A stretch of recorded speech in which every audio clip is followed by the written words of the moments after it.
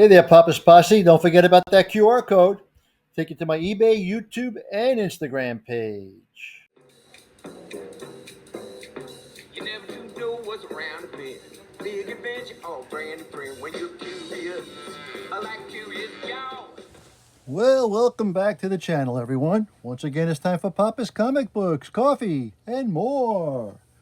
Okay, today's reading, Margaret and H.A. Ray's Curious George Goes to a Chocolate Factory. This is copyright, when is this copyright? 1998 by Houghton Mifflin Company. Alrighty, now don't forget, please hit that like button, subscribe to the channel, and leave me a comment. Tell me what you thought about Curious George. Let's get into Georgie. Curious George. Okay, this is George. George was a good little monkey and always very curious. One day, George went for a drive with a friend, the man with the yellow hat. Look, George, the man said, there's a store in that chocolate factory up ahead. Let's stop for a treat. George loved chocolates. Inside the store, boxes of chocolates were stacked everywhere, but the man with the yellow hat found his favorites right away. George, he said, wait here while I buy these and please stay out of trouble. Uh-oh. George looked around the store. He saw chocolate-covered cherries and fudge-flavored lollipops, and Chocolate Bunny caught his eye. Then something else caught his eye. What were all those people looking at? George was curious. He climbed up to get a better look. Through the window, he saw lots of trays filled with little brown dots. What were all those little brown dots?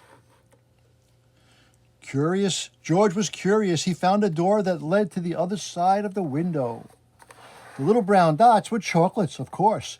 A tour guide was showing a group of people how to tell what was inside the chocolates by looking at the swirls on top. The little swirl means fudge. This one says that caramel is inside. And this wiggle is for marshmallow. This is a squiggle for a truffle, and this one is for nougat. And the sideways swirl is for orange fluff. And this one is for George's favorite, banana cream. George followed the tour group until they came to a balcony overlooking a room where the chocolates were made. Down below, busy workers picked the candy off the machines and put them in boxes. These were the machines that made the chocolates with the swirls on top. The chocolates came out of the machines on long belts, but how did they get their swirls? George was curious. He climbed down from the balcony and up onto the machine. Uh-oh, extra fast. George peeked inside. He was trying to see what was making the swirls when all of a sudden, the chocolates began coming out faster and faster. They sped by him so quickly, they seemed to be running on legs of their own. Quick, bring more boxes, yelled the man with the tall white hat. What happened? Asked another man. Nobody answered. Nobody knew what had happened, and everyone was so busy that no one noticed George. The workers began to fall behind, and the candy began to fall off the end of the belt. Save the chocolates, yelled the man with the tall white hat. Meanwhile, George saw one of his favorites whiz by. He tried to catch the banana cream chocolate, but it was too fast. He chased it to the end of the belt. At the end of the belt, a pile of chocolates was growing taller and taller. George had never seen so many chocolates.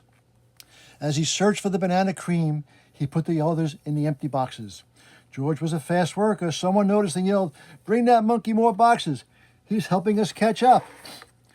Not all the chocolates made into the boxes, but no more chocolates fell on the floor. Just when George and the workers were all caught up, the tour guide ran in with the man with the yellow hat. "Get that monkey out of here," she yelled. "He's ruining our chocolates." "But this little monkey saved the chocolates," explained the workers.